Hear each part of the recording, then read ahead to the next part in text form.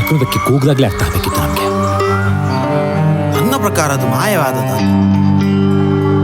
ಮಾಯ ಆಗ್ಲಿಕ್ಕಿಂತ ಅದು ಬ್ರಹ್ಮರಕ್ಕಸ ಮಾರೆ.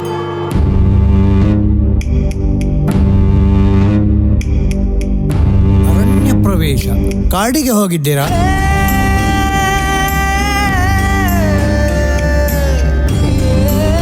ಕಾಲ ಯಾವತ್ತು ಒಂದೇ ತರ ಇರಲ್ಲ.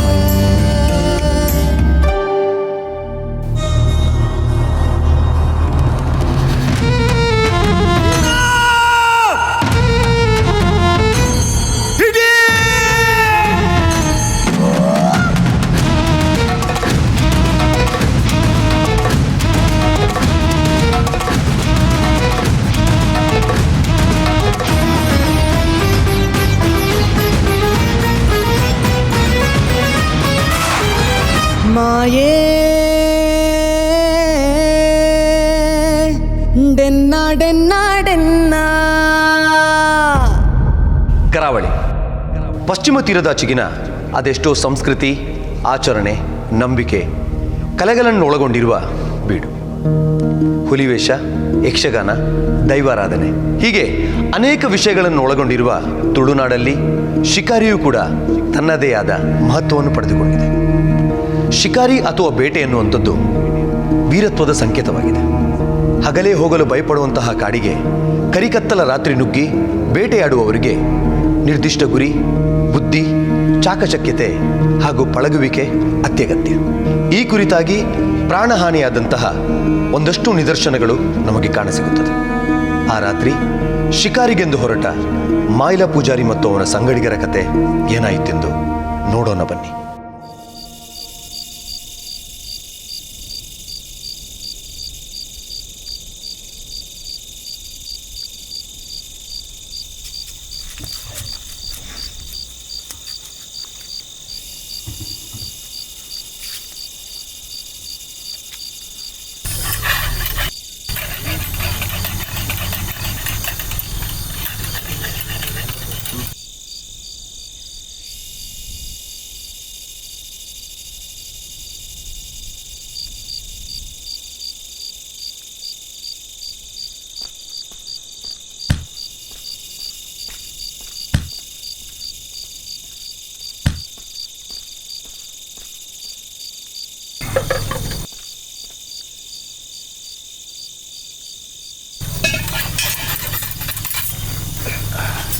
ಆರಾಮಿದ್ರಾ? ಸೀನಾ, ಆಯ್ತಾನ? ಆಯ್ತು ಆಯ್ತು.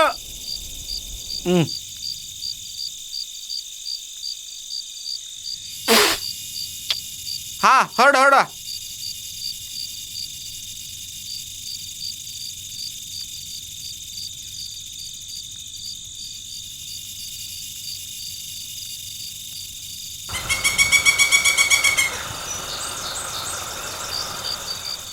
ದರಿದ್ರ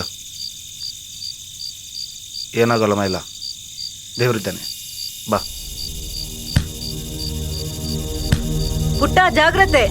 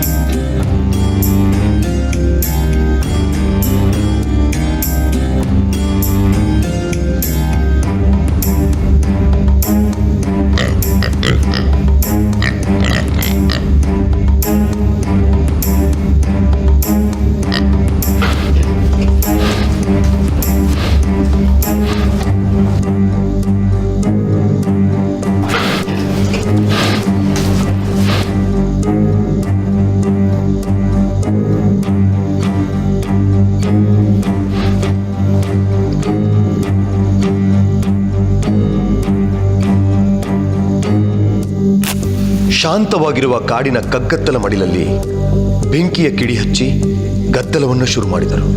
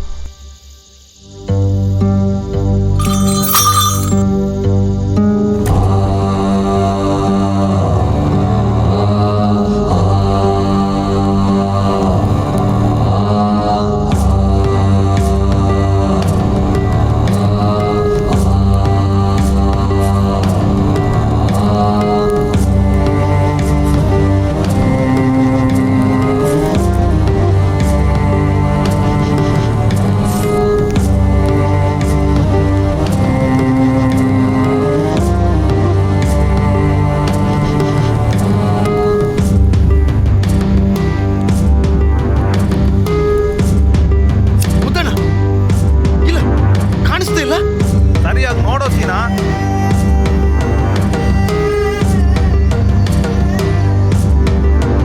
ಏ ಸೀನಾ, ಬಿಡಬೇಡ, ಹೋಗಿಡಿಯೋ. ಮುತ್ತ, ಹೋಗ ನೀನು.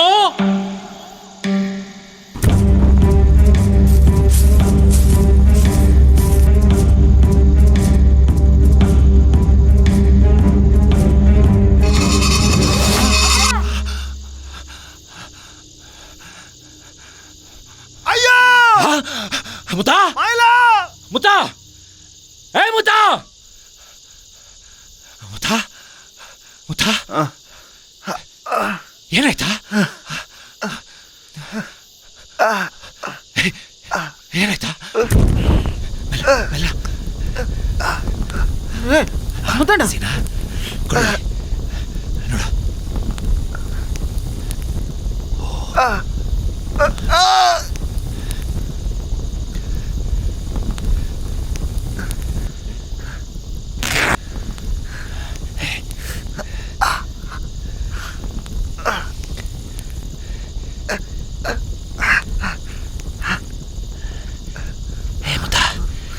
ನೋಡ್ಕೊಂಡು ಹೋಗೋದಿಲ್ಲನ? ಹಿಂದ್ಗಡೆ ಯಾರು ತಳ್ದಂಗೆ ಆಯ್ತು ಮಾಯ್ಲ.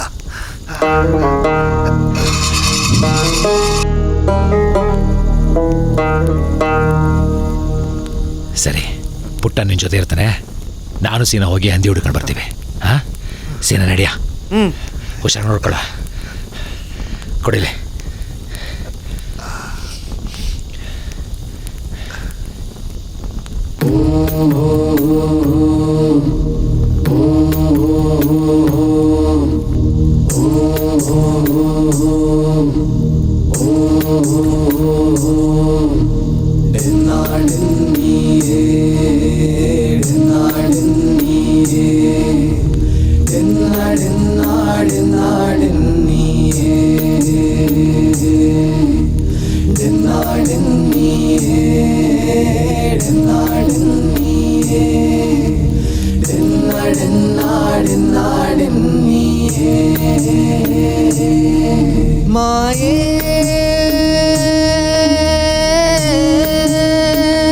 ಅವರೆಲ್ಲರೂ ತಪ್ಪಿಸಿಕೊಂಡ ಹಂದಿಯನ್ನು ಹುಡುಕಿ ಹುಡುಕಿ ಸಿಗದೇ ಇದ್ದಾಗ ಕೊನೆಗೆ ನಿರಾಸೆಯಿಂದ ಅಲ್ಲಿಂದ ಹೊರಟು ತಮ್ಮ ತಮ್ಮ ಮನೆಯನ್ನು ಸೇರಿಕೊಳ್ತಾರೆ.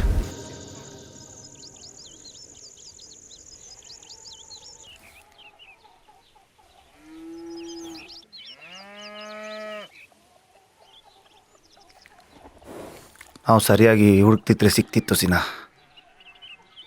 ನನ್ನ ಕಾಲಿಗೊಂದು ಮುಳ್ಳು ಚುಚ್ಚಿ ಎಲ್ಲ ಹಾಳಾಗೋಯ್ತು. ಅದೇ ವಾಡ್ಜಕ್ಕ ಕಾಲಿಗಿಂತಾಯ್ತು ಮುತ್ತಣ್ಣ. ಶಿಕಾರಿ ಅಲ್ಲ ಮುತ್ತಣ್ಣ, ಭೂತ ಪ್ರೇತ ಓಡಾಡೋ ಹೊತ್ತಲ್ಲಿ ಆ ಗರ್ಗುಡ ಕಾಡಲ್ಲಿ ಓಡಾಡಬೇಡಿ ಅಂತ ಹೇಳಿದ್ರೆ ನಿಮ್ಗೆ ಅರ್ಥ ಆಗುದಿಲ್ಲ. ನೋಡಿ, ಅಪ್ಪ ಮಗ ಇಬ್ರು ಜ್ವರ ಬಂದು ಒಳಗಡೆ ಮಲ್ಕೊಂಡಿದ್ದಾರೆ. ಏನಾದ್ರೂ ಹೆಚ್ಚು ಕಮ್ಮಿ ಆದ್ರೆ ನಾವೆಂತ ಮಾಡುದು? ಎಂತ ಬೇಕಾದ್ರೂ ಸಾಯ್ಲಿ, ನಂಗೆ ಗೊತ್ತಿಲ್ಲ.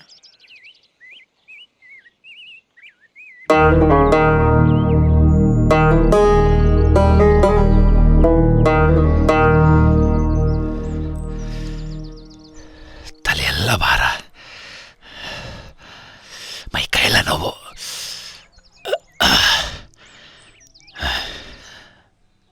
ಅಲ್ಲ ಹೊಟ್ಟೆಯಲ್ಲಿ ಅವನಿಗೂ ಜ್ವರ ಬಂದಿದೆ, ಒಳಗಡೆ ಮಲಗಿದ್ದಾನೆ. ಮೈಲ, ಗುರಿ ಸರಿಯಾಗಿ ಬಿದ್ದಿದ್ಯಾ? ನಿನ್ನ ಗುರಿ ಯಾವತ್ತೂ ತಪ್ಪಿಲ್ಲ ಅಂತ ಇಡೀ ಊರಿಗೆ ಗೊತ್ತು.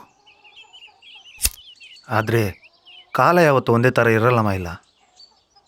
ನೀ ಏನು ಹೇಳ್ತಿ ಮುತ್ತಣ್ಣ? ಆ ಹಂದಿ ಅಲ್ಲಿಂದ ಓಡಬೇಕಾದ್ರೆ ಒಂದು ಗಿಡನಾದರೂ ಅಲ್ಲಾಡಲ್ವಾ? ಗುರಿ ಸರಿಯಾಗಿ ಇಲ್ಲಿಗೆ ಬಿದ್ದಿದೆ. ನನಗೂ ಅದೇ ವಿಚಿತ್ರ ಅನಿಸಿದ್ದು ಸೀನಾ. ಪದೇ ಪದೇ ಕಣ್ಕಟ್ಟ ಆಗ್ತಾನೆ ಇತ್ತು. ನಿನ್ನೆ ರಾತ್ರಿ ಇಲ್ಲಿಂದ ಹೊರಡಬೇಕಾದ್ರೆ ಆ ಶಕುನದಕ್ಕೆ ಕೂಗ್ದಾಗಲೇ ಅರ್ಥ ಆಗಬೇಕಿತ್ತು ನಮಗೆ.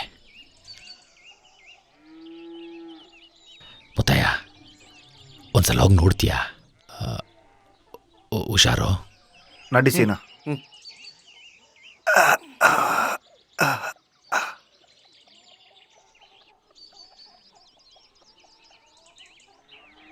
ಸೀನಾ, ಓ ಆ ಬೊಟ್ಟದ ಗುಡ್ಡದ ಕೆಳಗಡೆ ಹುಡುಕಿ. ಆಯ್ತು ಆಯ್ತು.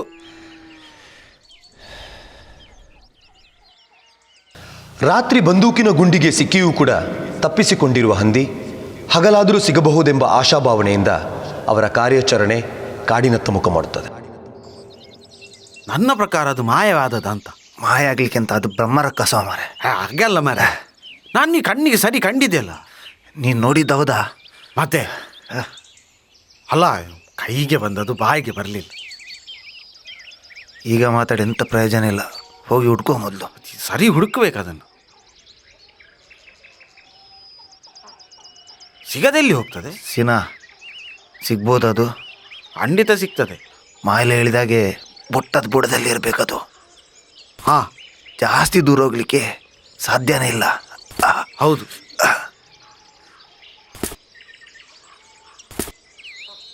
ನಿನಗೆ ಕಾಲಿಗೆ ಮುಳ್ಳು ಚುಚ್ಚಿದ ಮೇಲೆ ನಾನು ಮತ್ತು ಮೈಲಾನ್ ಎಷ್ಟು ಹುಡುಕಿದೆ ಗೊತ್ತುಂಟಲ್ಲ ನಿನಗೆ. ಮಾತಾಡಿ ಸಾಕು ಸೀನಾ. ನೀನು ಆ ಕಡೆ ಹೋಗು, ನಾನು ಈ ಕಡೆ ಹೋಗ್ತೀನಿ. ಸರಿ, ನೀನು ಈ ಕಡೆ ಹೋಗು. ಎಲ್ಲಾದರೂ ಕಾಣಿಸಿದ್ರೆ ನನಗೆ ಬೊಬ್ಬೆ ಹಾಕು. ಹಾಂ.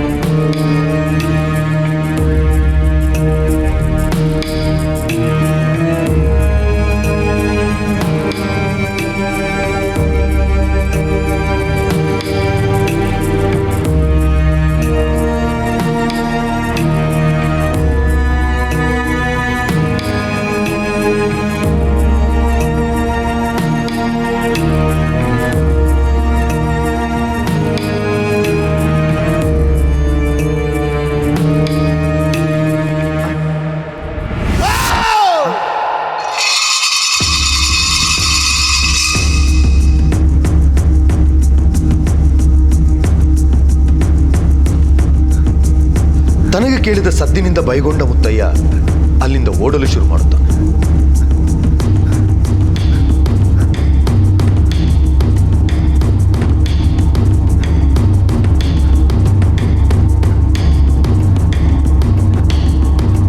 ಓಡಿ ಓಡಿ ಕೊನೆಗೆ ರಾತ್ರಿ ಹಂದಿ ಹೊಡೆದ ಗಡಿಯಲ್ಲಿಗೆ ಬರುತ್ತಾನೆ. ಅಲ್ಲಿಗೆ ಬಂದಾಗ ಅವನಿಗೊಂದು ಅಚ್ಚರಿ ಎದುರಾಗಿತ್ತು.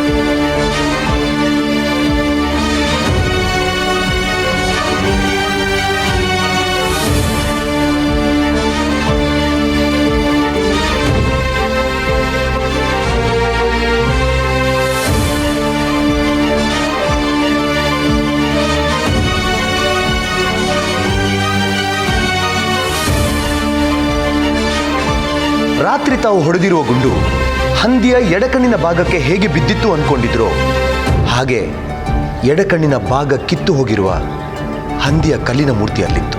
ಕಣ್ಣು ಕಟ್ಟಿನ ರೀತಿ ಮಾಯವಾದ ಹಂದಿ. ರಾತ್ರಿ ಬೆಳಗಾಗೋದ್ರೊಳಗೆ ಐತಪ್ಪ ಪೂಜಾರಿ ಮತ್ತು ಅವನ ಮಗನಿಗೆ ಬಂದ ಜ್ವರ. ಹಂದಿಯ ಕಲ್ಲಿನ ಮೂರ್ತಿ.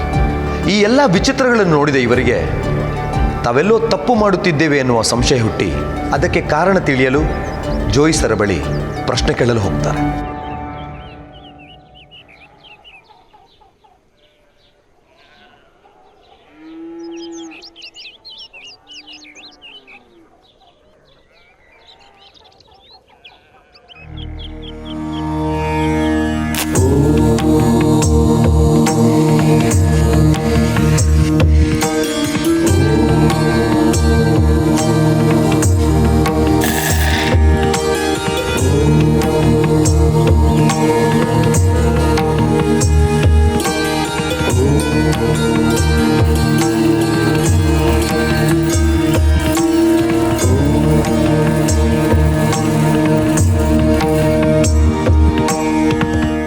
ಅರಣ್ಯ ಪ್ರವೇಶ.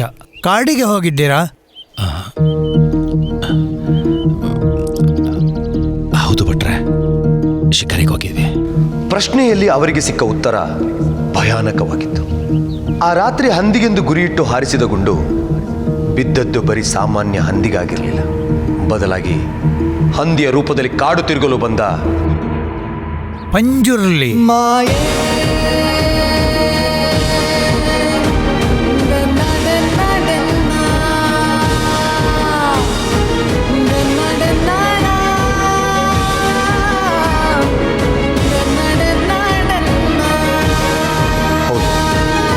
ಪಂಜುರ್ಲಿ ದೈವ. ಅದೇ ಜಾಗದಲ್ಲಿ ತನ್ನನ್ನು ನಂಬಬೇಕಂತ ದೈವ ಹೇಳ್ತಾ ಉಂಟು ಮಾಯಿಲ.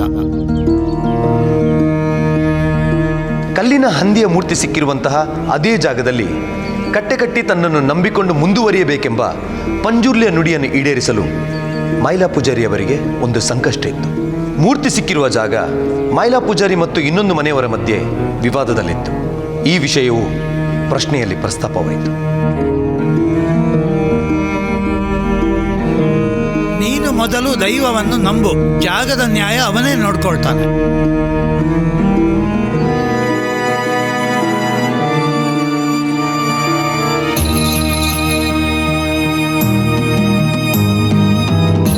ನಂಬಿದವರಿಗೆ ಇಂಬು ಕೊಡುವ ದೈವದ ಕಾರ್ಣಿಕ ಎಷ್ಟೆಂದರೆ ಮುಂದೆ ವಿವಾದದಲ್ಲಿದ್ದ ಈ ಜಾಗ ಕೂಡ ಮೈಲಾ ಪೂಜಾರಿ ಅವರ ಪಾಲಿಗೆ ನ್ಯಾಯಯುತವಾಗಿ ದೊರೆಯುತ್ತದೆ. ಅಂದಿನಿಂದ ಇಂದಿನವರೆಗೂ ಮೈಲಾ ಪೂಜಾರಿ ಅವರ ಕುಟುಂಬ ಹಾಗೂ ಊರಿನ ಜನರು ಒಂದಾಗಿ ದೈವಕ್ಕೆ ಸಂದಾಯವಾಗಬೇಕಾದ ಪಂಚಪರ್ವಗಳನ್ನು ಕಾಲಕಾಲಕ್ಕೆ ಭಕ್ತಿಯಿಂದ ನೀಡುತ್ತಾ ಬರುತ್ತಿದ್ದಾರೆ. ತಾವು ನಂಬುತ್ತಿರುವ ದೈವ ಕೂಡ ಆ ಊರಿನವರಿಗೆ ಪಂಜಿರ್ಪುದ ಪಂಜುರ್ಲಿಯಾಗಿ ತನ್ನ ಕಾರ್ಣಿಕ ತೋರುತ್ತಿದೆ.